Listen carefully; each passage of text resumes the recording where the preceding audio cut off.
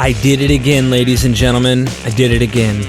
Rabbi Tovia Singer, Dr. Robert M. Price come together again, talking about anti-Semitism in the New Testament Gospels, maybe even going into Paul. Let me know what you guys think of the show. Hit that like button.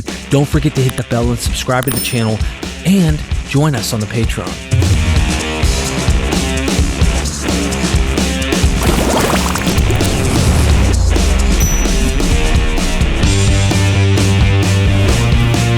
We are MythVision. Welcome back to MythVision Podcast. As you can see, we have two amazing people joining today on the MythVision Podcast. We're going to go into the Gospels, but I first want to introduce you guys. If you don't know it by now, the King of the Jews is here, and it is Rabbi Tovia Singer. Welcome to the show, Rabbi.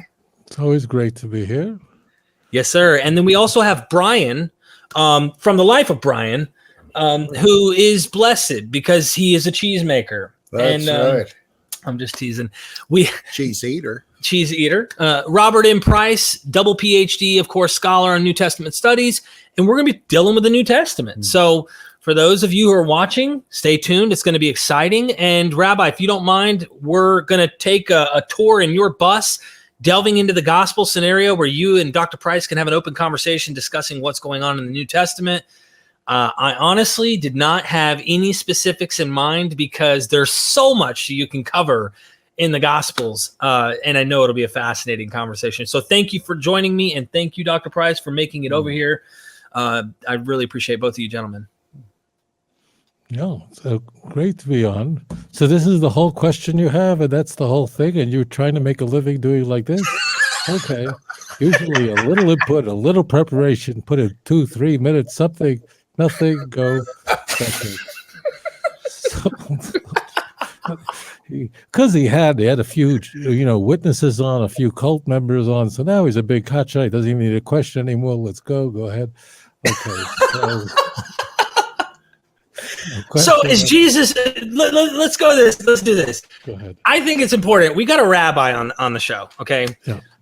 It's important that I think we point out non-Jewish tendencies in the Gospels. I think it's important that we discuss things that seem very contrary to someone who's going to be in the venue of Judaism in the New Testament, as well as potential anti-Semitic tendencies that play roles within the Gospels. We know John does it, and you guys mentioned this last time, as well as Matthew.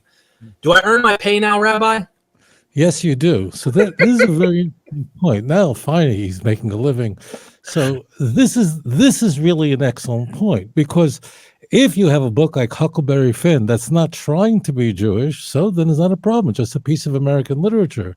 The problem, the staggering problem with Matthew that at least comes through to me as a Jew is that you have somebody attempting to be Jewish, or someone who's tempting to present this religion as something that is the result of the fulfillment of the Jewish scriptures. That's what unmasks it. And this is not unique to Matthew alone, although Matthew is most notable for the fulfillment citations. But the Gospels all seek to all the New Testament writers seek to present this belief as the result of the Torah and of the prophets and writings. Luke says in 24:44, Matthew's fulfillment citations that are very striking, meaning saying that this happened in the career of Jesus, either his virgin conception or his birth in Bethlehem, and so on and so forth. That is something that's very, very striking. And I could just speak for myself. When I read the Christian Bible for the first time, must have been 16, turning 17, I was shocked. This is just a personal thing, because I didn't come at this for academic reasons. There were people who were trying to convert Jews, my people, to Christianity. And when I read Matthew, I was stunned by two things that just exploded in my face. The first thing was the anti-Jewish nature of it. I mean, the Jews are the villain in all the Gospels. I mean, one of the things about the Gospels is that the characters are very well developed. Who is the hero? Who is the villain? That's very clear to anyone. They're all very well developed. So that the Jews do not, no one's going to read the New Testament or read the Gospels and go, "Ooh, the Jews are fantastic. What a terrific people this is. I wish I could be around more Jews. This is the best thing that ever happened." The Jews are in every turn the villains. So this is something very shocking. It's like reading the Protocols of the Elders of Zion. You just read it, and it's just, it's horrific, because the Gospels are all stories. Unlike the letters of Paul, the Gospel is basically just stories, vignette, one after the other. John is a little unique because you have these very long dialogues, but that's really more Johannian. And you read it, and the Jews are ever present in every story, and the Jews are just the worst people in the world. I mean, Jesus is just going around, he's trying to heal a paralytic, he's healing a blind guy, and the Jews are screaming at Sabbath.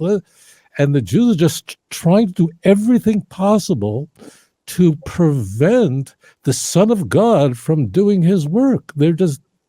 So that comes through, and it's the storytelling that makes it so toxic. It's not, it's not the statement that you have in 1 Thessalonians 2:14 through 16, even as they have the Jews who both killed the Lord Jesus Christ and their own prophets. And I don't even know if that's original to 1 Thessalonians, but so that's just saying the Jews are these bad people. But when you tell a story and the Jew is the villain, and you just can't understand why the Jews trying to interfere with God's work. So of course, Luther was completely rational when he read these texts, and the ideas that emerged from it just suffused his mind. Of course, he was an anti-Semite, as when all the reformers were. Bucer hated Jews. Calvin detested Jews. They all did. It was funny that the Jews thought that with the emergence of the Reformation, it would save them from the Catholic Church. And when you had these characters emerge who were really more sola scriptura certainly than the Catholic Church, so they really were. It was the only time in history that the Jews actually had to go to the Catholic Church to ask them for protection from the Protestants. So that's the first thing that comes across. It's very, very shocking.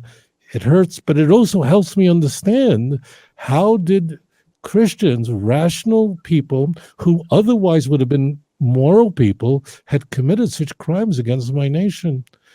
And then there's the tampering with the text. So because Matthew portrays itself as kind of a Jewish book, opening with, this is the book of the genealogy of Jesus Christ, son of David, Abraham, how nice. You look at the incipit of Mark, nice.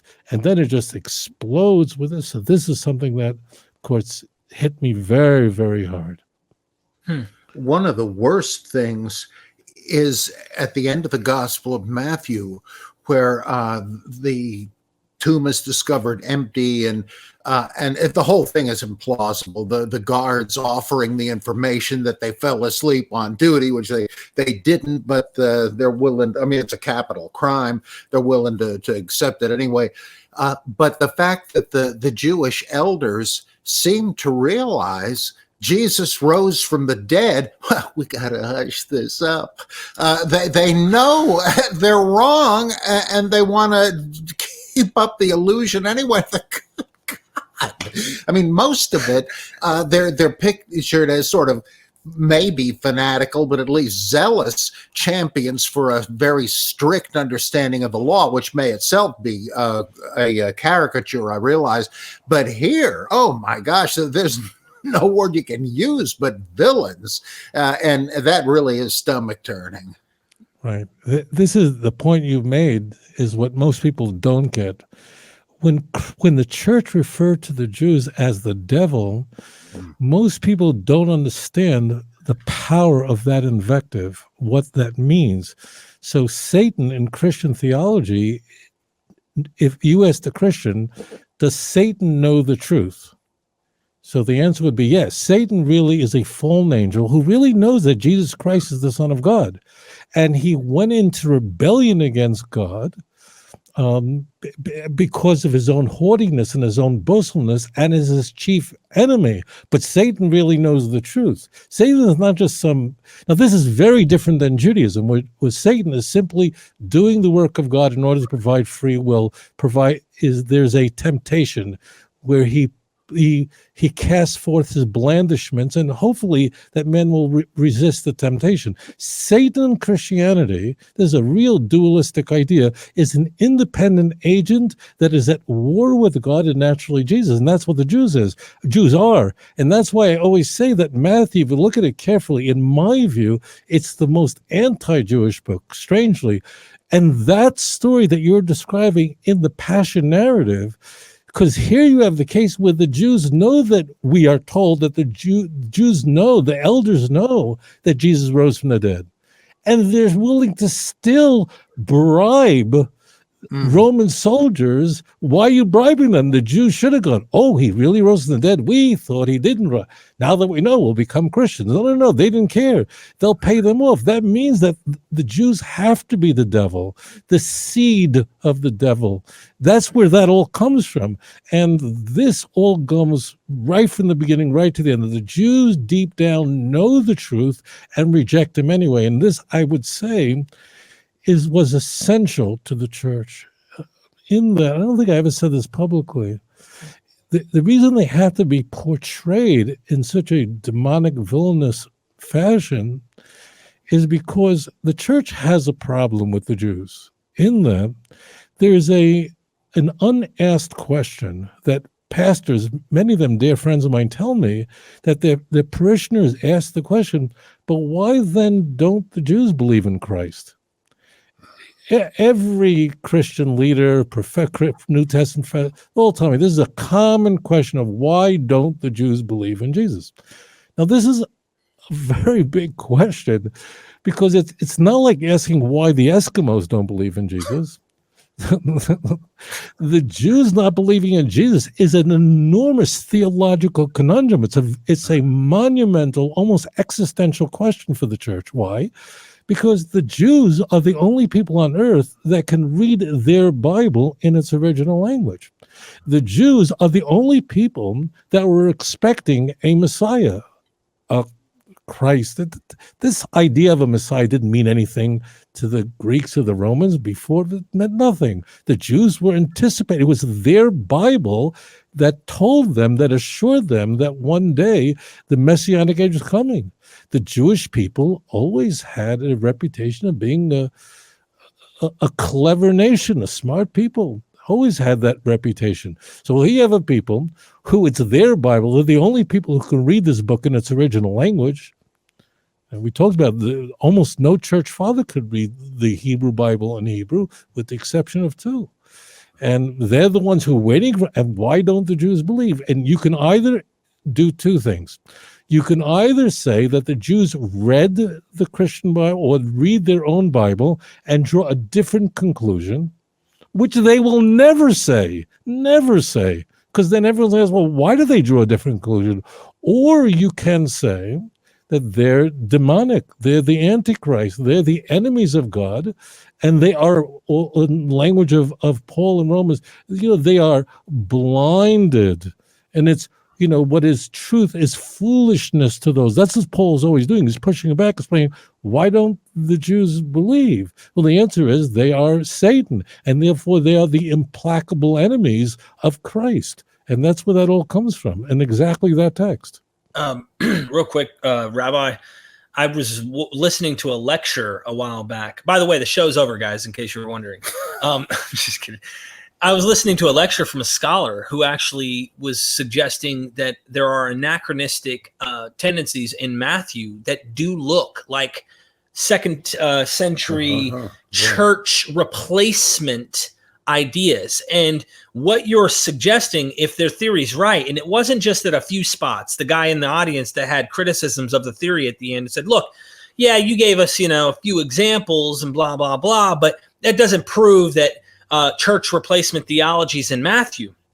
And he said, that's one thing you say, but when you have consecutive arguments, and I can give you 12, 14 examples where the holy nation of Israel is replaced by a new nation, by a new people, by a new creation of someone else, something else, then you got a problem, and it shows anachronism. So if Matthew is doing church replacement ideas, then this seems in effect, let me just put it this way, even if Matthew's not intentionally, and I'm going to try and dull the fangs of anti-Semitism here the best I can. Let's say it's not, I hate the Jews, but they're being idiots for this or that. And so it comes across anti-Semitic by anyone who's reading it. Say the initial audience was Hellenistic Jews, or the author was Hellenistic Jew, or something like that. In effect, they created something that was anti-Semitic. That's the problem that we have. If I wrote something not meaning the intention to go full-length anti-Semitism, but it appears bad towards a certain people group, and it gets carried away, and next thing, well, that's my Lord, that can easily continue to make something anti-Semitic to the core. What you're suggesting, though, is that it is like anti-Semitism. Now, I'm asking to say, is it possible that these were Hellenistic Jews who were not in the vein of I guess the Hebrew strict Torah keeping Judaism, and they're more on the outskirts, fringe, that are competing sects with this Pharisaic Judaism and others, and they're like trying to, I guess, make them look bad post destruction of the temple, saying you guys missed it, and that's what's created the anti-Semitic voice, if you will. I'm trying to play devil's advocate a little bit. What are your thoughts? You can't say that whoever wrote the book of Matthew was definitely not Jewish. I mean, there were Jews. You take a man like Otto Winninger, okay? He was an Austrian philosopher who was responsible for shaping Nazi thinking on race. He was a virulent anti-Semite. He was an Austrian, and I got news for you. He was a Jew. He was an Austrian Jew. Whoa. And he shaped Aryan thinking and its development. Now, he was the classic self-hating Jew. So we have such characters in history. And he hated the Jew in him. And in fact, he sought everything he could do to rip the Jew out of him. But he did the first thing that people like that do, is he converted to Christianity. And then that didn't work. Then he took a gun and blew his brains out and committed suicide, because that was the only way to destroy the Jew in him. So there are such individual characters in history. You have Bobby Fischer, the famed chess player. He was a Jew. He was a virulent, crazy anti-Semite. You have these people in history. Gering's right-hand man was a Mischling. He was of Jewish descent. You have these characters. No one could say, but what is very clear is, to me, take Matthew as an example, is you have a setup from the get-go about the Jews. You could take something that seems as innocent as could be, and that is the infancy narrative of Matthew, which is strikingly different than Luke. But in Matthew's infancy narrative, you have something in the story that seems very vestigial. White Magi from the east, whatever, from wherever they're coming from, they're coming to find the Messiah, and they're following a star, very famously, right? But when they come to the land of Israel, the star does not lead them to Bethlehem. They have to stop off in Herod's palace, where they ask the question, where is the Messiah to be born? And then Herod's not some scholar, so the priests and the Jewish scholars are consulted, and then this passage, which was raped by the church, Matthew 2:6, supposedly from Micah 5:2. I mean, just cut in half and molested completely. Whoever did this should be thrown in prison immediately. And this is, of course, all M source. And then they're told that the Messiah is supposed to be born in Bethlehem. Okay, so very good. So then the Magi continue, and they go to Bethlehem, and the star stops right over the home of Jesus. Now remember, in Matthew's story, Jesus is born in Bethlehem. I mean, in Matthew's story, Jesus is born in his home, not in a barn, because it's a completely opposite. Now, every person has to ask the question, if a star has such magic powers that has a GPS and it could go right to find, remember, they don't tell them what address it is in Bethlehem. They don't say, well, it's 106 Elm Street or Oak Street. The star knows where, in Bethlehem is a city. The star knows where to take them. So why did you need the Herod part? Why do you need to stop off at Herod? The star can go straight to Bethlehem without stopping off at. The reason is it's the setup that they come to the Jews, Herod being the king of the Jews, and the Jews, when hearing that the Messiah is born in Bethlehem, what do they seek to do? To kill that baby. So Herod ultimately goes to kill the baby. And of course, they're told to go back a different way and not to tell them where it is and so on. But why did you need the story? The whole point is that these Gentiles coming from the East, they're pure. They're bringing presents. They're bringing all kinds of things for the Lord. They're worshiping the new baby Lord. And the Jews are trying to kill him. And in fact, Herod then goes and kills all the babies, all the children born in Bethlehem. What is that for? That's the setup. That setup is there to show you that this is the response of a Gentile and a Jew to the Messiah.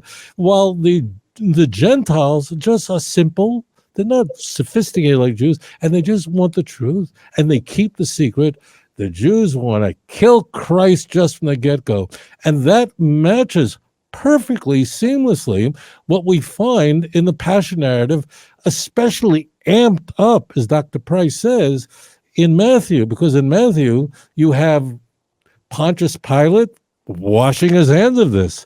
And only in Matthew, we're introduced to Pontius Pilate's wife, who has a dream that Jesus is completely innocent. And you have the Jews, right? You have the Gentiles against the Jews once again.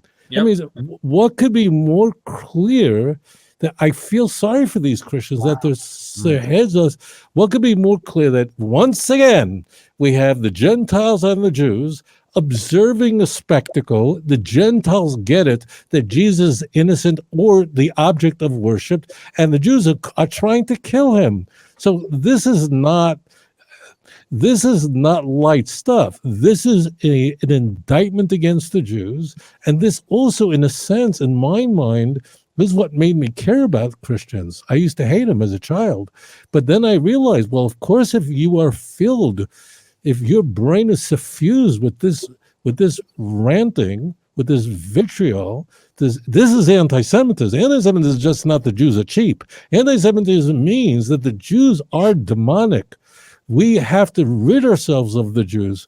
This is the Nazis were ultimately thinking this way. The Jews are Untermenschen. It's a different kind of, and where does that come from? That all comes from the Christian Bible. Dr. Price, please. That was good. Yeah, think of the passage from the Q source that Matthew and Luke both have, where the centurion comes to Jesus and says, I've got a servant suffering at home. I know you can heal him. And Jesus says, well, okay, let's get going. He said, oh, no, I'm not worthy to have you come under my roof, but you don't need to. I know if you say, be healed, even at a distance, it'll work. And so what does Jesus, which happens. What does Jesus say? I've not found faith like this in Israel. Ouch. Yeah. It's vital. I apologize. It's just vital for the viewers to understand what a centurion meant. A centurion was not a regular soldier, or wasn't just a high-ranking soldier. A centurion was a person who had soldiers and slaves under him. He represented the empire. When at the cross, this is really, I think, how Mark. I mean, these are well-written books. That means they deliver the juice, they deliver the heroin, they deliver the poison. These are not poorly written stories, or else we wouldn't be suffering from this. That you have the big secret of Mark that no one knows who Jesus is, but it's the centurion. The centurion is the high ranking kind of, he represents the empire. This is not just some, and the centurion at the cross says that, behold, this is the Son of God. The centurion recognizes what the Jews won't recognize. And it's this contrast that is so damaging and that poisoned the mind of Christians. That's why at the Nuremberg trials, when Streicher, who was the editor of Der Stürmer, when he was on trial, he correctly said that there was nothing that I wrote, that he was the editor of this Nazi propaganda paper. They said there's nothing in the Stürmer that you won't find in Luther's writings. And he was right. I wonder, and it's just throwing this out there to both of you gentlemen to maybe chew on it and tell me your thoughts, because I love what I enjoy about doing interviews with you, Rabbi, is that you take a different I'm so used to reading these from birth, and not birth, but as a young kid, we get indoctrinated and we just skip right over the important, or is this important, because we've always read the story like this and never really thought, how is this harming actual Jews in real history or in real life? That doesn't come to me. This goyim never understood those things, and it's becoming practical when I listen to you that this stuff does matter, and in history it mattered. One of the things about the Phoenician woman that I think, and I'd like to have your guys' thoughts, is the disciples rebuke Jesus. They start to get mad at him, like a portrayal of how Jews are treating goyim, period. Oh no, what are you doing even talking to her? There's this slant towards the Phoenician woman, and Jesus is like, listen, they're right. The children, this is the children's bread. Woman, great is your faith. Right. Another Gentile here gets praised and almost looks better from the narrator's point of view than the disciples who are trying to tell him, what are you doing? What are you doing talking to her? And John does the same thing with the Samaritan woman. Yeah. Yeah. So is this anti-Semitism going on here potentially? Not saying that you might conclude that, because you're very skeptical about drawing conclusions. But well, it all does tend in that direction. Yeah. What do you think, Rabbi? Well, this is a very, very striking story, and it matches well to the pre-cross stories, where the same Matthew, go not into the way of the Gentile, the city of the Samaritans, and to not only go to the lost sheep of the house of Israel. Matthew chapter 10. The idea that prior to the cross, in Matthew's view, the Jews are the chosen, and therefore the blessings belong to the Jew. So that when a Gentile woman comes to Jesus and says, please heal my daughter, she's vexed with the devil. Right? So Jesus not interested in helping her. And then she runs to the disciples asking maybe they'll intercede on her behalf, and then they're not interested and get her away from us. Really a very, very striking story. And then she goes back to Jesus asking for the blessing, and Jesus says, it is not, in the language of the King James, it is not meet to take the children's bread and give it to dogs. And she then replies cleverly, not these stories happen, but this is the way it's portrayed, but even dogs eat from the crumbs that fall from the master's table. And then Jesus exclaims, as Dr. Price did. So what Matthew is trying to show, that prior to the cross, it's the Jews that are chosen, and don't even preach the Gentiles. Don't even go to them. This is only for the Jews. But Matthew is playing on that veil that we find in the Synoptic Gospels that tears down. That is, prior to the cross, you have go only to the Jewish people. Don't even go with the non-Jews. But once the veil has been ripped down asunder, which has historically never happened, then you can have the Great Commission at the end of Matthew, now go into all nations.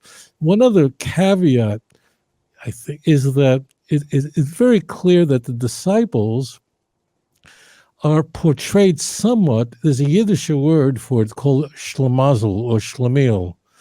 That means buffoon is too strong, but they're getting it wrong, and Jesus always has to sort of correct them, and they're portrayed after the cross as Jesus-like completely, and certainly in the book of Acts they they're on board. I mean, Peter still is a shlemazel. The difference in the shlemazel in Jewish thinking, the shlemazel is the one who drops the banana peel, and the shlemiel is the one who trips over the banana peel.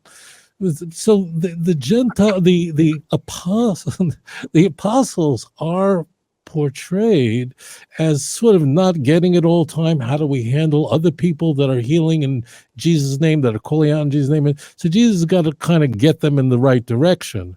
And here's another case of that. But yes, the Gentile, it comes off as someone who's not as sharp as the Jew, but is well-meaning and has there's no attack on Gentiles. They're well-meaning. They try. They don't have the sophistication of the Jew, but the Jew walks around with his wide phylacteries, Right, praying loudly so everyone here. That's the whole theme. It all really works. When I say works well, I mean it all matches. It all falls into place, and that's our story. In Matthew 10, with what I call the not so great commission, no, don't waste your time with Gentiles, just go to Jews, the house of Israel and all that. Notice that he anticipates, of course, you're going to be persecuted every town you go in, and that then the contrast between that and the Great Commission, all the nations, that reminds me so much of in the book of Acts, where 3 times Paul's getting opposition from Jews and says, okay, look, I'm done with you. I'm going to the Gentiles from now on. They'll listen. I see the same sort of thing in the comparison of the 2 commissions in Matthew. It's like, and this is an anachronism as well, because like in Romans 9 through 11, there's this actually kind of friendly treatment saying, yeah, Jews are blind to the gospel now, but that's the will of God. And ultimately they're going to come around and hop on the bandwagon, and everybody will be saved. But the idea that he doesn't say Jews are going to be damned, they'll have their chance, but that's apocalyptic. He expects that to happen pretty soon. And yet the idea that, like in First Thessalonians and also in Romans, that, well, okay, Jews have rejected Jesus. If this is written in the 50s CE, isn't that a little early? Could that have been clear to Christians that Jews en masse have rejected Jesus? Surely that's a later thing. And so that's one of the reasons I suspect the Pauline epistles are not actually early or mid 1st century works, but like a supersessionist anachronism, like you're saying. Is it possible? Just a question. Is it possible? I'll tell you how I always processed Romans. That Romans is an outlier because Paul is speaking to Jews he's never met. I mean, the book of Romans is addressing a church that presumably Paul has never visited. He will. And he's speaking to a mixture of both Jews and Gentiles, because you have Romans 7 as example. Paul is addressing his brethren and uses the parable or the example of a woman whose husband died, and therefore you don't have to keep the law. So I always thought that Romans was easier on the Jews, and that's why Paul will say in Romans 3 that, to the Jews was given all the oracles, because Paul spoke out of 2 sides of his mouth, or more than 2 sides. But here he was nervous. It wasn't like speaking to Galatians, where his audience is all Gentiles. Here he's speaking to Jews. So that's how I always processed it. Well, that does make sense. He's respectful. He doesn't come quite out and say this, but there's room, it seems to me, for saying that Paul isn't represented as saying Jews who become Christians.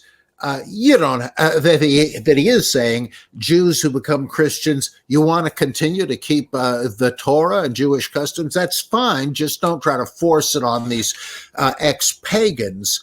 But who knows? It's not quite that clear, and that may be on purpose.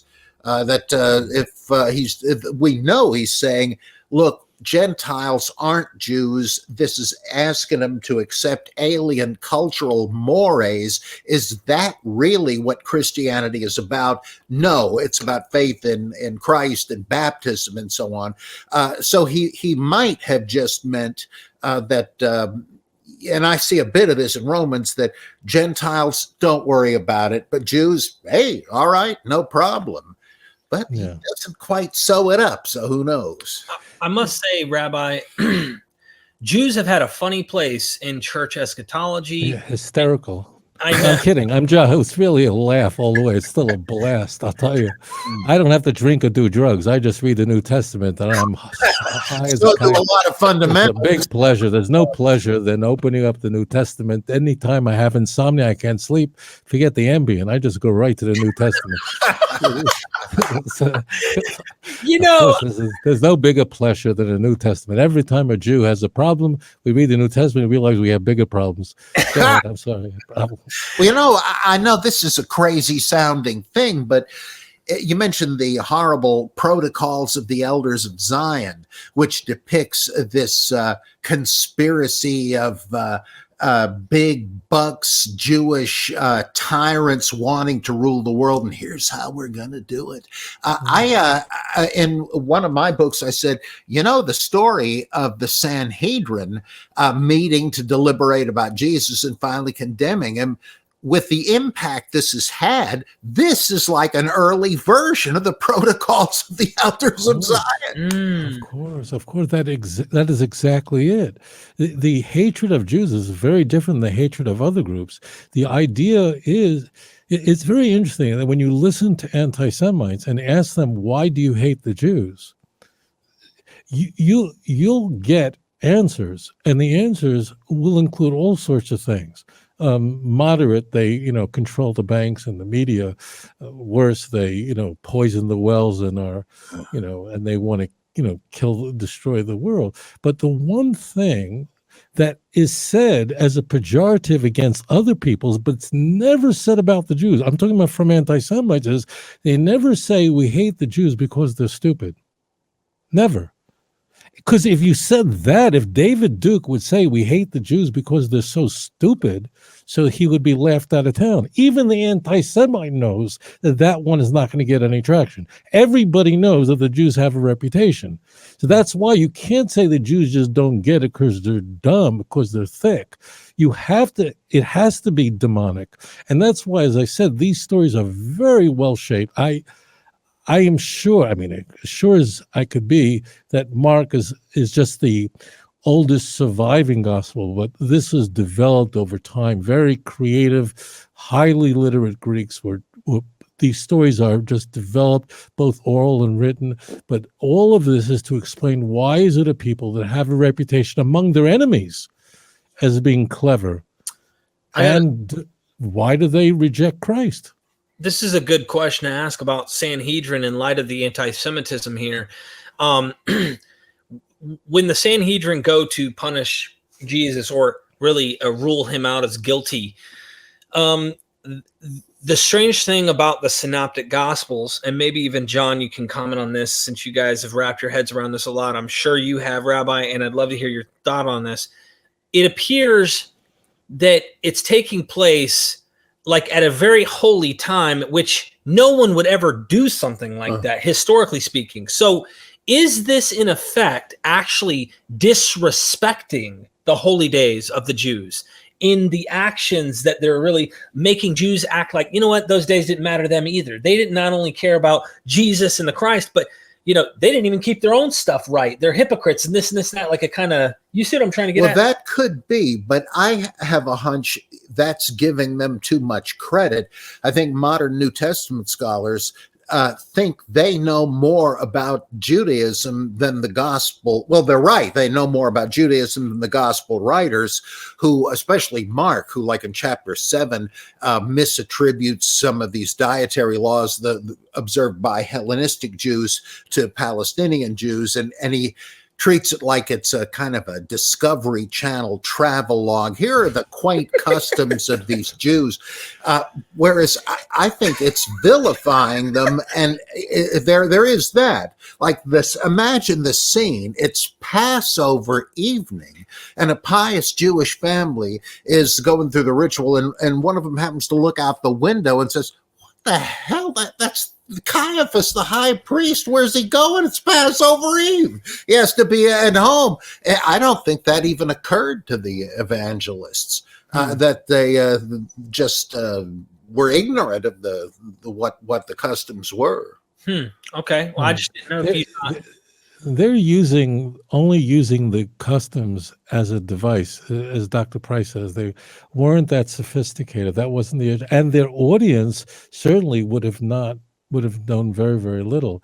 But take an example of John, which is very telling, because John places Jesus' crucifixion a day earlier than the Synoptic Gospels. And John does this, it's in plain sight, because he wants Jesus to be the Lamb of God, John 1:29 and 36. And therefore, you have this scene that would never appear in the Synoptic Gospels, that the Jews refused to enter into essentially the palace of Pontius Pilate, because they didn't want to become defiled, because they have to eat from the Passover lamb. This is a fascinating scene. In the Synoptics, this would be impossible. Remember, in the Synoptic Gospels, by the time you get to the day Jesus was crucified, the Jews already ate the Passover lamb last night. The Last Supper is a Passover Seder. In John 13, it's not a Passover Seder. It's a supper, but it's not a Seder, and they're Jesus washing the feet of the disciples. So what happens is there's I don't want to call it clever, but it's very transparent. It's naked of what's going on here. And that is that if, in fact, this is the 14th day of Nisan, it means the day before Passover, the night, when nightfall occurs, that's when the next day, then it becomes the 15th. So they didn't yet eat the Passover lamb. So therefore, John uses this device that a Jew would not go into a Gentile's home. The reason for it is manifold, but most importantly is Gentiles had a practice of burying their dead in their own home, and it was a place considered defiled. The Jews had to be in a state of purity to eat from the Passover lamb, so much so that the Torah has a provision, a second Passover, in case someone didn't make it. That means they were contaminated for whatever reason. But in John's gospel, you can use this plot device to amp it up, that the Jews are so concerned about keeping their festival and remaining pure and not going into the palace, but yet they're about to kill Christ.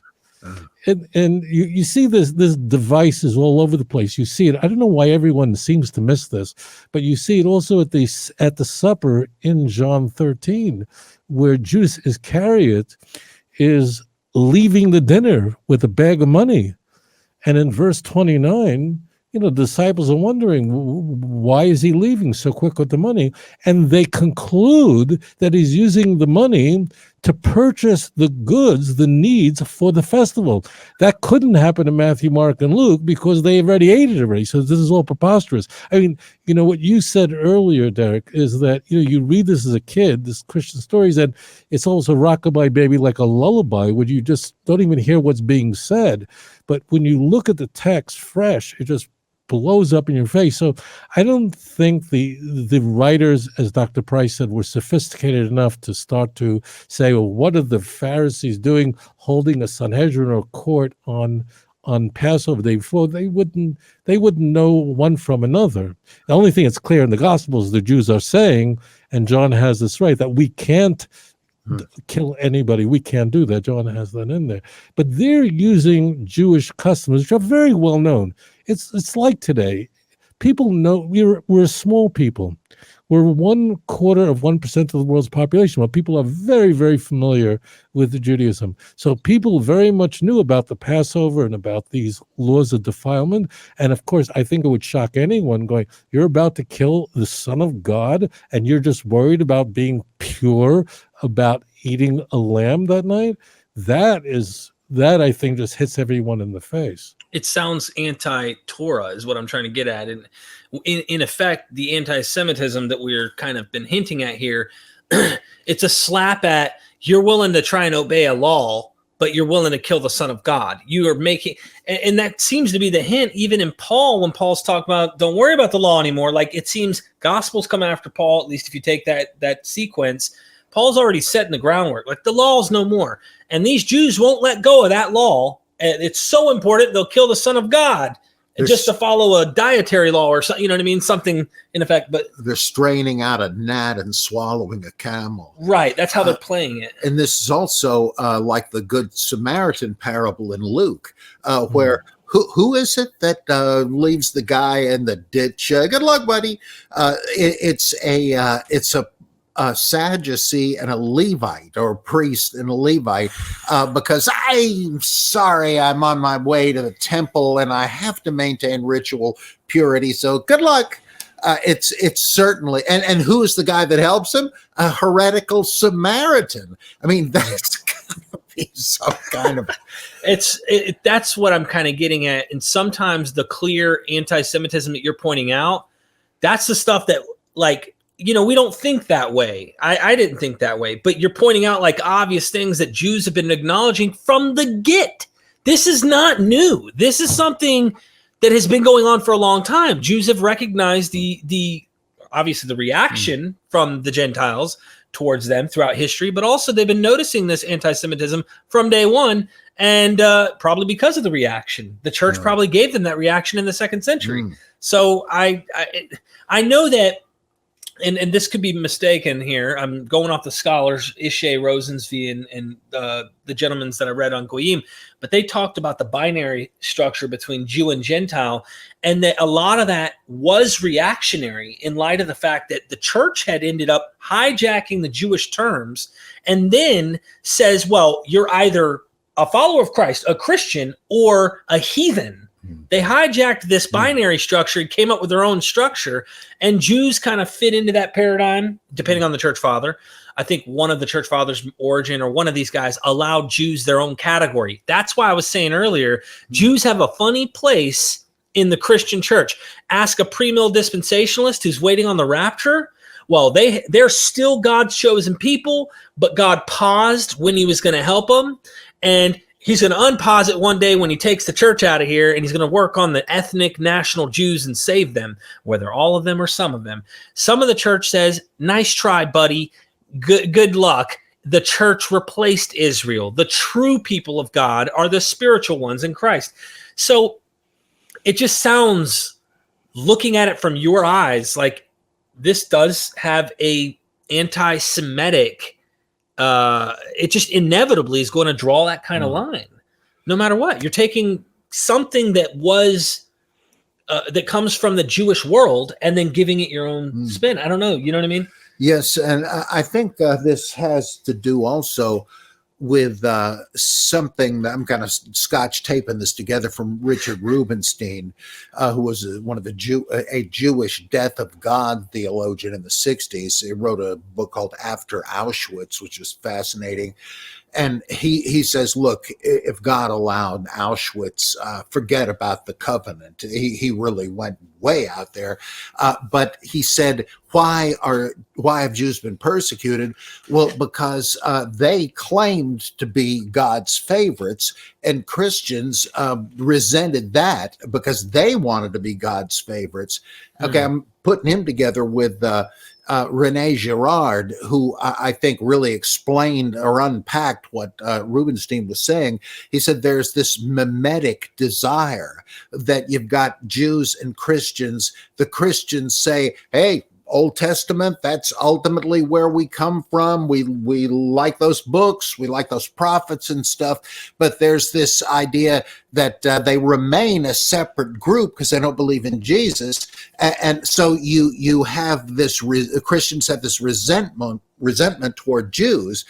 They admire them and want to be like them, but they also hate them because they want what Jews have, the status of God's chosen. And that leads to attempts. It's like that guy that killed John Lennon. He was a fanatical John Lennon fan. Wow. And that's the dynamic and all those things. You love him so much, you must become the person. And to do that, you have to replace him. And to do that, you got to kill him. I mean, this happens again and again with fan murders. And I think that's, I think Rubenstein plus Girard sort of explain why there's this fanatical, murderous envy. And because Christians don't feel that way about Muslims or Hindus or anything.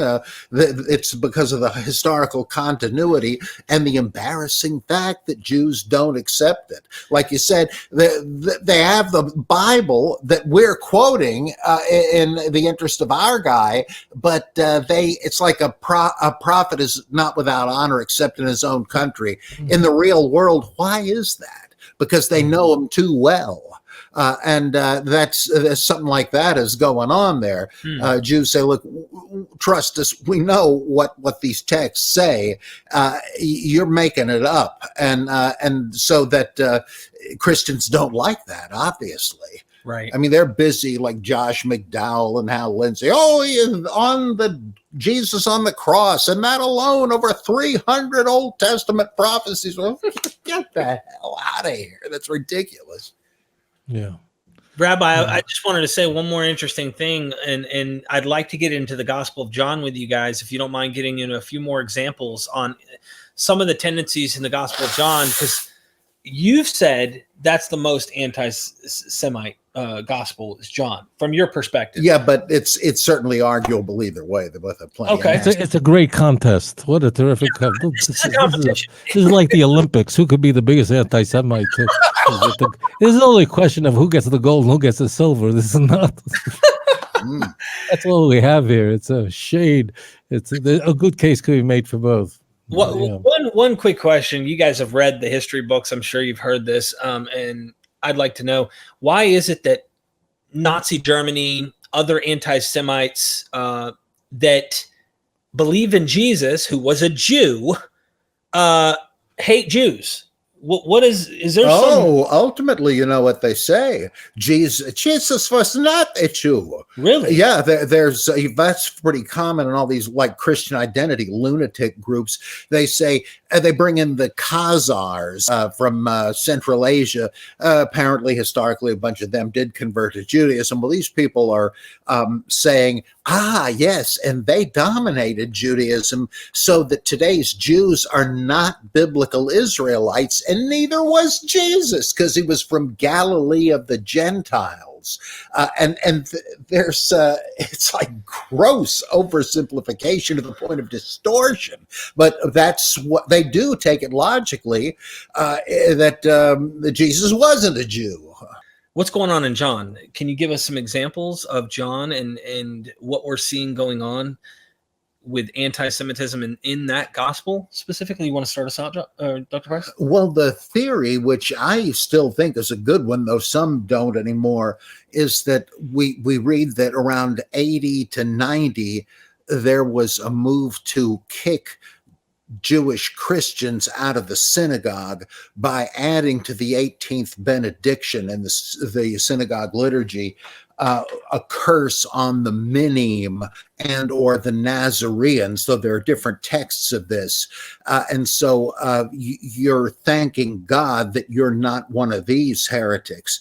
And the idea was, we're not telling Christians to get out, but they're certainly not going to be praying a curse down on themselves. So we got them. And that a bunch of them said, okay, I'm not staying where I'm not wanted. And they retreated out of it. And that John is talking about that in the story of the man born blind that Jesus heals. The word had already gone out that whoever believed in Jesus was to be kicked out of the synagogue, and his parents were afraid, so they wouldn't say anything about him. And then he anachronistically predicts during the Last Supper that that is going to happen one day. But then John, the whole gospel is taking things from the writer's day and putting them back into the time of Jesus, so he can comment on the trends. But that's the theory, is that's what John is smarting over, that we've been rejected, and therefore Jesus has been rejected, and yet ironically we're the true Jews. I think Matthew is also in on that in a way, because it's the context to me seems to be formative Judaism, as Neusner calls it, that Judaism is being reorganized after the destruction of the temple, and there's a new strictly religious Sanhedrin at Yavna, and they're like sort of reconstituting and reformulating Judaism.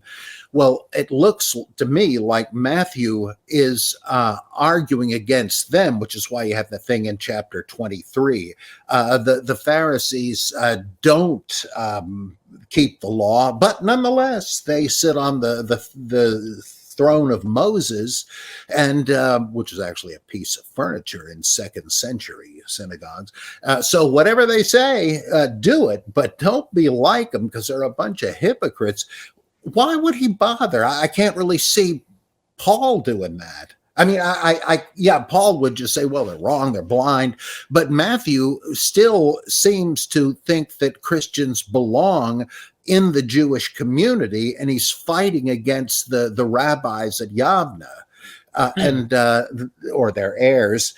And so it's again like a kind of mimetic rivalry. We're the genuine article, and those guys, to hell with them.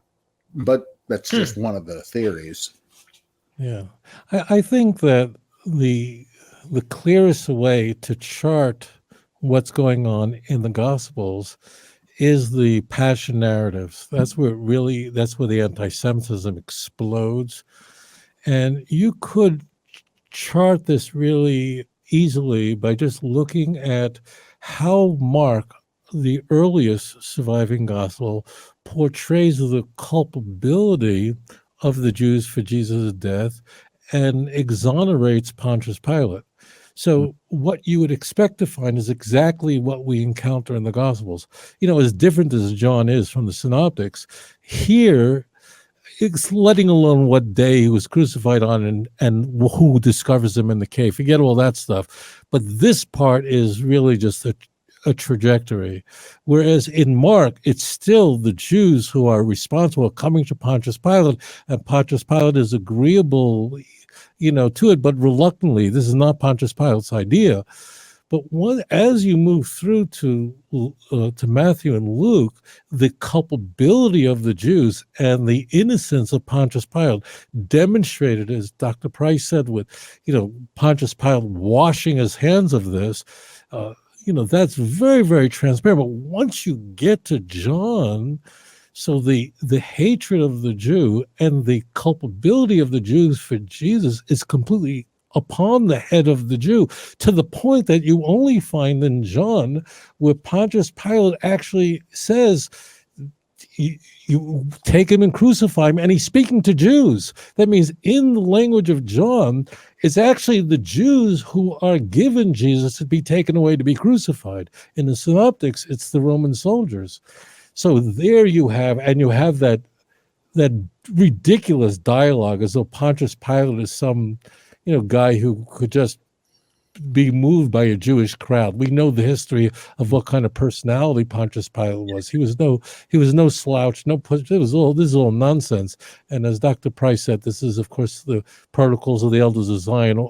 It's just all over again. The Jews control the most powerful people in the world. But in there, you have directly the dialogue where Jesus says to Pilate that your sin is nothing. I can even demonstrate this because if we go to the non-canonical Gospels, Peter, for example, which didn't make it in, there the Jews even look worse. So it's just the further you get from wherever this all started. I don't know. Something preceded the book of Mark, and it was in writing. There was no doubt oral traditions, but it just amps up the response of the culpability of the Jews, and also the responsibility of the Romans receives to the point that Pontius Pilate could be considered a saint in the Ethiopian church, which is mind-blowing. Yeah. Mind-blowing that the guy who had Jesus executed, he's not just an okay guy, but he's a saint worthy of veneration. And they're right. Laughing is it okay? Because I did think this is just, it makes me chuckle how silly, you know what I mean? Like, Yeah, it's like you can't make the stuff up. yeah. I wonder if that's already anticipated in Matthew, where his wife sends him that note, have nothing to do with this righteous man, because I've suffered greatly for his sake in a dream. Now, I always assume that, man, she's tossing and turning in this nightmare and it's a bad omen, which probably is.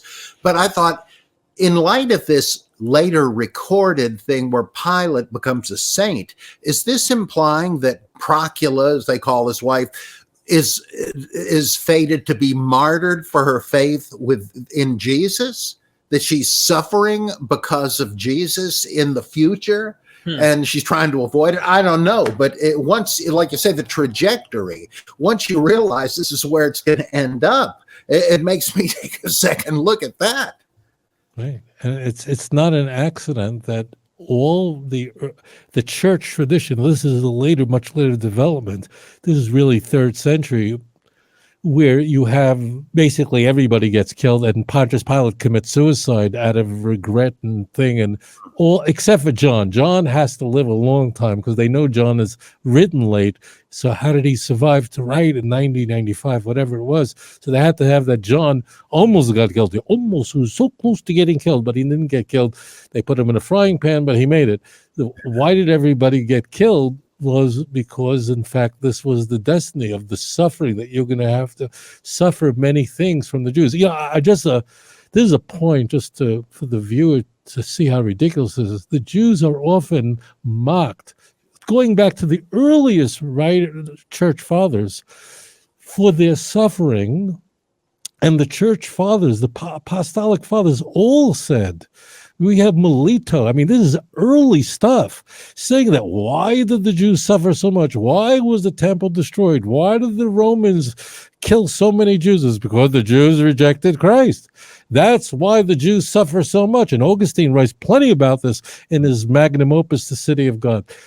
But conversely, they would never apply the same logic to the suffering of all the Christians. That means if suffering means that you're wrong, and suffering is the result of your rebellion against God, when the Jews suffer for sure, the reason why the Jews suffer so much is because of the worst people in the world that killed Christ, and they're the enemies of God. And this is a testimony that they're evil. But when Christians suffer, different. Suffering for God. This holy thing. This isn't what I mean.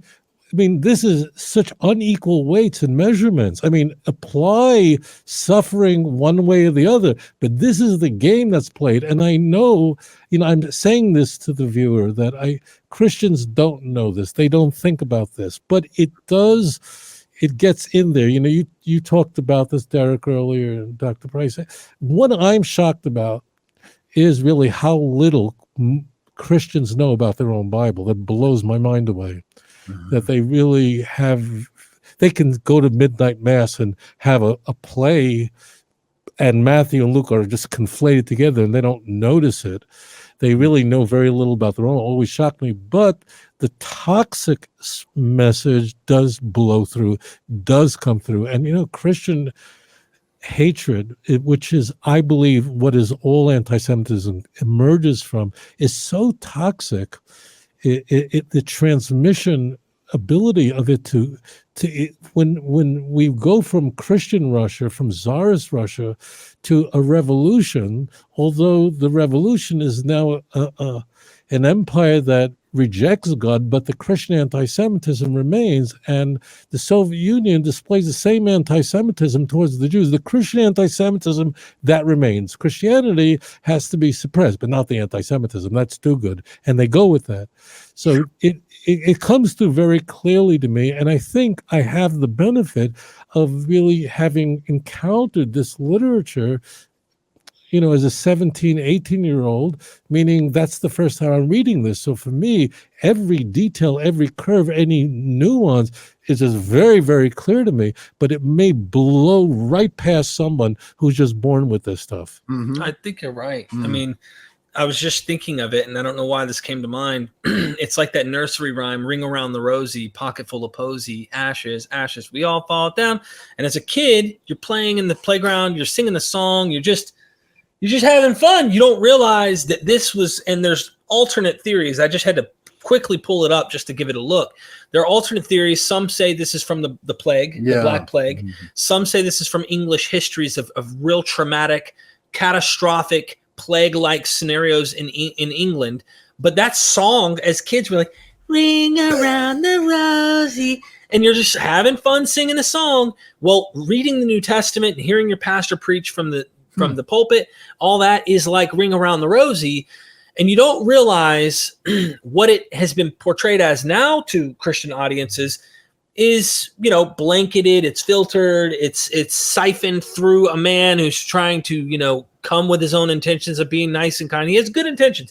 I'm not knocking, just like you're not knocking, that Christians, like, for the most part, aren't anti-Semitic in many respects. Maybe Roman Catholics have tendencies to do that. I don't really know. My dad's a Roman Catholic, but he doesn't seem that way. I'm just saying there's probably different kinds of Christianities that are like that. But their books, in effect, without us realizing it, singing the song Ring Around the Rosy, John chapter 20, verse this, John chapter, there's a sinister initial purpose behind it that we didn't realize as we sing the song. And that's what I'm thinking is going on here potentially. And I think Rabbi's got some really good points. I loved how he brought up Matthew, why'd they stop at Herod? I mean, what kind of slap in the face is this? It does seem like a slap in the face. And, pat yourself on the back. You got it, Mr. Reader. You got it. And if they ignore this, go shoot yourself. You know what I mean? Pretty much, because you're ignoring the truth, because that's what the author wants you to do, is believe what he's selling you. And I'm glad I'm not stuck in that paradigm.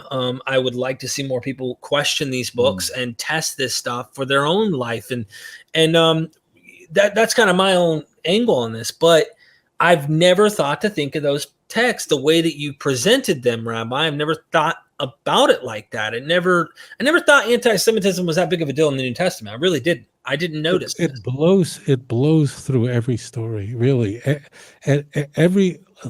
Almost every story in the Gospels, talking about in Jesus, the ministry stories, is Jesus healing somebody on the Sabbath, and the Jews go and are condemning him. I mean, that's every story. There's no story of, Jesus playing baseball and the Puerto Ricans come over and say, you don't know how to play it. This is all the Jews. There are no Eskimos in it. It's really a book about Jews who are the enemies of God. It's really every single story. And although it's called the lullaby effect, lullaby baby, you may have ring around the rosy, may be a question of what the words mean, but the lullaby baby is really very obvious. You have a cradle falling off a tree, like you're trying to kill me, Mom. But people really miss the words, but the story comes through. Here's the strange thing. I'll share this with you, because I've very little. I've not been a Gentile for very long. I'm kidding. So, but it in truth, it made me, conversely, this is the strange thing, like Christians and care about Christians. The anti-Semitism in the New Testament conveyed to me that Christians are not bad people, and they are the victims of the literature. And it completely changed my worldview after I was done with rabbinical school. So prior to that, when I was a kid growing up, I was born 15 years after the Holocaust. All around me was people with numbers on their arm. Almost all my family was murdered in the spring of 1944 in Hungary. just wiped out, with very, very few people survive, very few. And this is the world that was my world, and it was all Christians. Germany during World War II was 65% Lutheran, 35% Catholic, and some other. So I really thought that the Gentiles are really completely evil and psycho, and just stay away from them. And the last thing in the world I was interested in as a child, so that's my world, is they try to, and I see a Catholic church. I grew up in Borough Park, Brooklyn, and it's a very Jewish area. But there was one Catholic church, Holy Ghost, on 17th Avenue. And there was a statue of Mary in the front lawn of the church. I'm going, these people are crazy. They have a statue there. They don't know the Ten Commandments. They have priests going around with a yarmulke on their head. I didn't understand what's going on here. I just knew this was really bad, and these people were really evil. The strange thing is that as I began to absorb the Christian Bible, I realized where this was coming from. And therefore, I realized that these people are not evil, but rather the victims of a toxic literature that transformed their mind, that filled their hearts up with hatred, and that's why they're responding that way. And then I began to go, well, not so bad.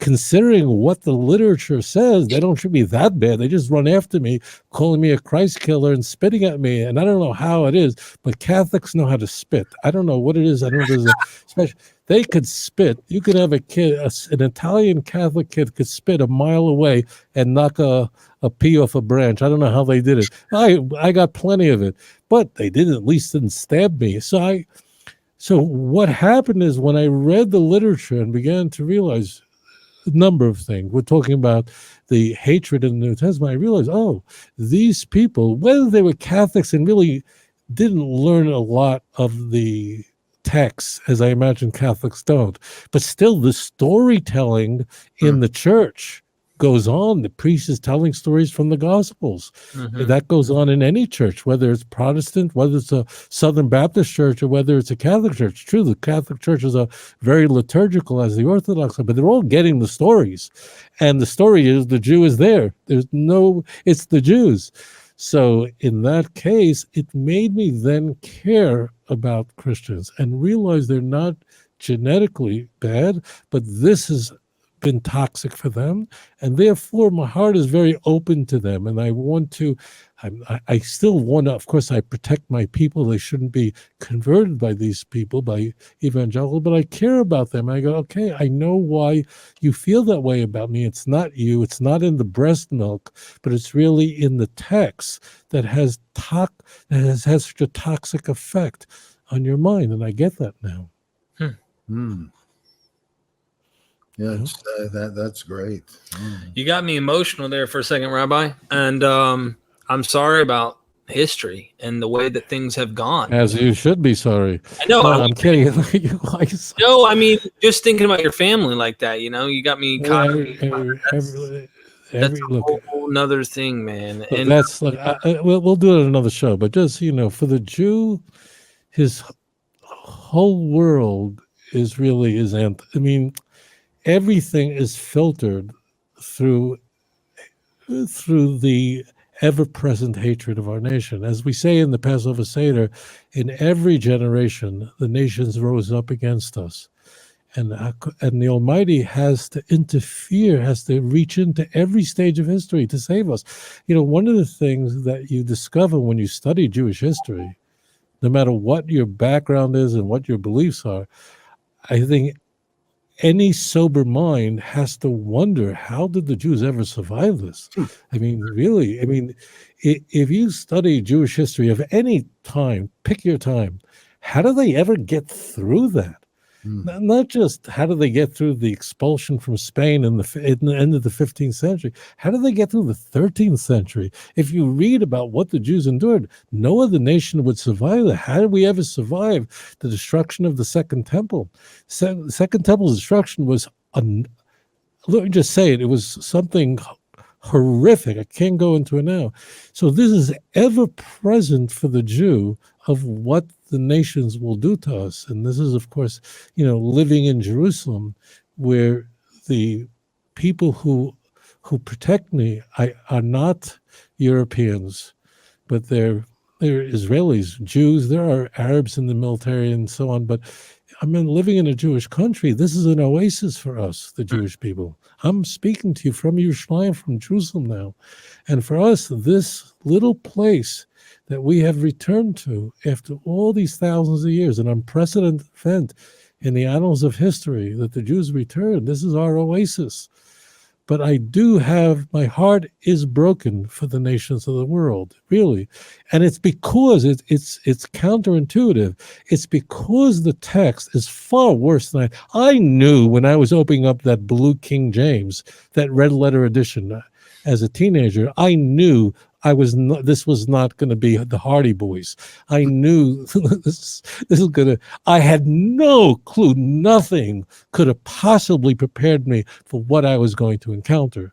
But then when I started to read through it and go, oh, now I understand what's happening. So that, and then meeting some very nice evangelicals, then I went, okay, now I got what's going on. And that's why my heart is tender for them. But this is ever present for the Jewish people. One other caveat historically, it's impossible to compare Christians today, in my view, than before World War II, before the Holocaust. I mean, the church did things and said things during the Holocaust that they don't say anymore. Yeah. You know, the Second Vatican Council could not have occurred, you know, in the 1860s. It couldn't have. The idea that the Catholics would say "perfidus Jew," so I can understand why, you know, why it would be removed by what's called the Papal Bueno. He didn't even survive the end of Vatican II. You can have Nostra Aetate. You can have these are not great documents, but that was inconceivable in the 17th century. They could have never pulled that off. But it's also called a post-Auschwitz theology. You can't compare the way Christians will talk about the Jews today the way they talked about us in the 19th century. That's incomparable. I mean, the World War II, the Shoah, the Holocaust, you know, changed the world forever, of course. Dr. Price, do you have anything you'd like to say? Well, yeah, in fact, sometimes some of these folks have gone a lot farther than I ever thought I would live to see. For instance, I remember some years ago seeing Ann Coulter on TV saying to a Jewish guy who was some kind of commentator. Yeah, right, that's right. She said that she believes Jesus is the way. And she said, however, don't worry, Jews are going to heaven too.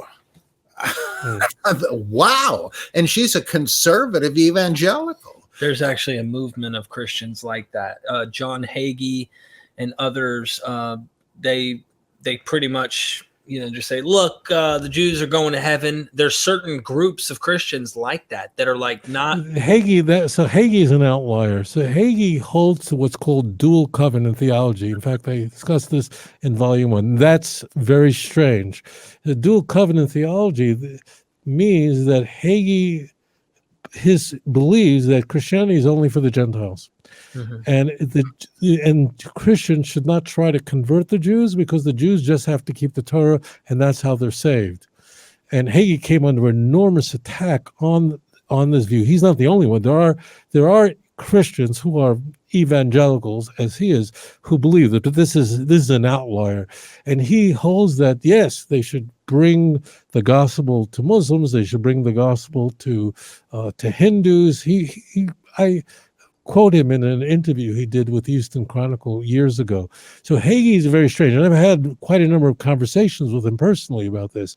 But Hagee is completely surrounded by evangelical Christians who want to convert the Jews. And they are dispensationalists, meaning they come from that worldview largely that holds that the covenant with the Jews has not been abrogated. And the ideas that John Nelson Darby advanced in the 19th century. But still, they hold that if you don't accept Jesus, you're going to hell as a Jew. They do believe those who are dispensationalists dispensationalists believe that the covenant belongs to the Jew, which means the land of Israel belongs to the Jewish people. The blessings belong to the Jew, but those are earthly blessings. Heavenly blessings in the body of Christ is neither Jew nor Gentile, as Galatians 3 ends. So the Hagee is a strange one there. He's a dual covenant guy, and that's why some of his books had to be retracted and reprinted without this, because Jerry Falwell went ballistic when Hagee put out a book while he was alive saying this. He got himself in a lot of trouble with that. No, I wrote an article back in, I think, 1980 that was published in the Journal of Ecumenical Studies called An Evangelical Version of the Double Covenant Theology. And I said dispensationalism doesn't exactly say this, but it wouldn't take much of an adjustment for them to say it. And maybe that's what happened with him. I think that you've even said to me, in our conversations just off air, that, Paul, there's this strange thing that Paul's doing doesn't seem like he's concerned for Jews. You know what I mean? And there's that critical thinking, of course, because when you get into Dr. Price's head, Dr. Price can play the role of consensus and say, oh, yeah, 7 authentic, others are pseudepigraphical and all. But in his mind, he plays that role for everyone in the public, right? He can do that. He can go there for everyone else to speak the language. But how often does the person listening to Dr. Price go where Dr. Price goes in his thinking and say, okay, highly critical of every single book, don't care what consensus says here, and consider that maybe some of the stuff's inserted, interpolated, added, meshed together, woven pieces of doctrines like Paul will say one thing, then contradict himself in the very next chapter or in the end of the same chapter. Is this some, woven together literature? And saying that to say they're trying to orthodox Paul and make Paul balanced to be pro-Jewish as well as Gentile, where you've said it's possible that initially it was a Gentile movement altogether. And what they've done is they patched the Judaism sect, if you will, or a Messianic Judaism type of sect of Christianity with a Gentile type Christology. And here you have them being married in the text of the New Testament and being polished by early church fathers. So don't know if it's true. I'm just throwing it out there for Rabbi. No, I don't know if it's true, though. I think it's a viable possibility. It would make sense. Just one point in Hagee's vein of thought. Hagee's trying to keep both. And the early church fathers are trying to unite. Whoever the authors are that are patching up these stories, no matter who you are, even if you say the consensus 7 or Paul, there's a problem between Paul and James. There's a problem between these two sects, no matter how you chop it. Yeah. One is Torah, one's saying no Torah. One's almost saying, in a sense, no Gentiles, because technically one's trying to convert them, circumcise, become a participant, become an active covenant member. The other saying, don't worry about circumcision because you're going to remain an ethne. You're going to remain a Gentile and you're not going to become a Jew. That's Paul. Paul's saying not to do that. So there's this dividing line, and how you splice it up is just fascinating to me. With that being said, guys, give me your thoughts, and I guess we could end this episode. I'd like to do another one too, just saying. But yeah, I don't know. What do you think of that, Rabbi? Truth is that as you're speaking, I confess my mind is just moving around. When I walk around the streets of Jerusalem, I'm very fortunate. And I really, what I said to you guys, I hope you will come to Jerusalem one day. And you watch me. I walk every day, and if you tap me on the shoulder, people recognize me on the streets and ask me, what are you thinking? So I'm really thinking of two things possible. There are two likely things I'm thinking about. One is I'm thinking about Tanakh and some very interesting text passage, but I never said this to anyone. The other thing that goes through my mind a lot is, what did this sound crazy to my fellow Jews? So if we can dial back time, what would the letters of Paul have looked like in the first century? And that's a huge question. Like our first, First Corinthians, I think it's P45. That's 150, 170 years after it was supposedly written. There's a huge amount of time today. In the ancient world, 150 years was this a mile apart. And I do wonder, as Dr. Price has mentioned, what did those letters look like in the first century? It had to be very different. Whoever wrote the book of Acts, and this is what goes through Rabbi Singer's mind, is whoever wrote the book of Acts, did he read letters of Paul? If he did, he read something. What did he read? He clearly wasn't reading through what we have today. This remains a mystery. But, for me, the question is not just academic. For me, it's to be able to help my people understand their own spiritual legacy, and to understand those who want to rob us of that treasure. So that's what goes through my mind. Dr. Price? Well, I think it's equally important to have interfaith dialogue, which is easy for me to say since I'm not exactly in any faith anymore, though I love all of them, and I would like to further, if possible, mutual understanding. But I say that's equally important to not twisting the text advantageously, which is what I'm objecting to in this book I recently finished, Judaizing Jesus. I think you have to not tailor the evidence, because that's just a hollow victory, if it's any kind of victory at all. And you have to take the bull by the horns and come up with some way not to hate each other. And actually, I don't think that's very difficult, though it's difficult to get people to do it. What should the problem be if everybody is saying that one of the top commandments is to love your neighbor as yourself? I mean, that's all you need, really. But people are going to complicate that and mess it up. But I think it's more important that you believe in the atonement of the cross. Is it really that? Well, if loving your neighbors kept you from hell, that would be, for Christians, that would be great. Ladies and gentlemen, I really appreciate you tuning in this far. Of course, MythVision Podcast is changing it up. We're bringing great stuff. I always enjoy both of these gentlemen. I hope to see you in the future in Israel. Dr. Price, your health will get better. Then maybe we can talk about it. But I've already mentioned to Rabbi about potentially going and visiting at some point. We would really like that. I really want the audience to go down in the description. Make sure you check out Rabbi's channel. If you're not familiar with it, go subscribe. He talks about very, very controversial topics within the New Testament and within the world of Judaism and in Israel and such. What's been going on from God TV and all these different things. You really should go check him out. Show him some support and love, because he has been there for us as well and showed nothing but kindness and love. You can go and obviously help Dr. Price out. Get some of the books. You could become a patron. Do you have a Patreon, Rabbi? I confess that I don't know what a Patreon is. I assume it.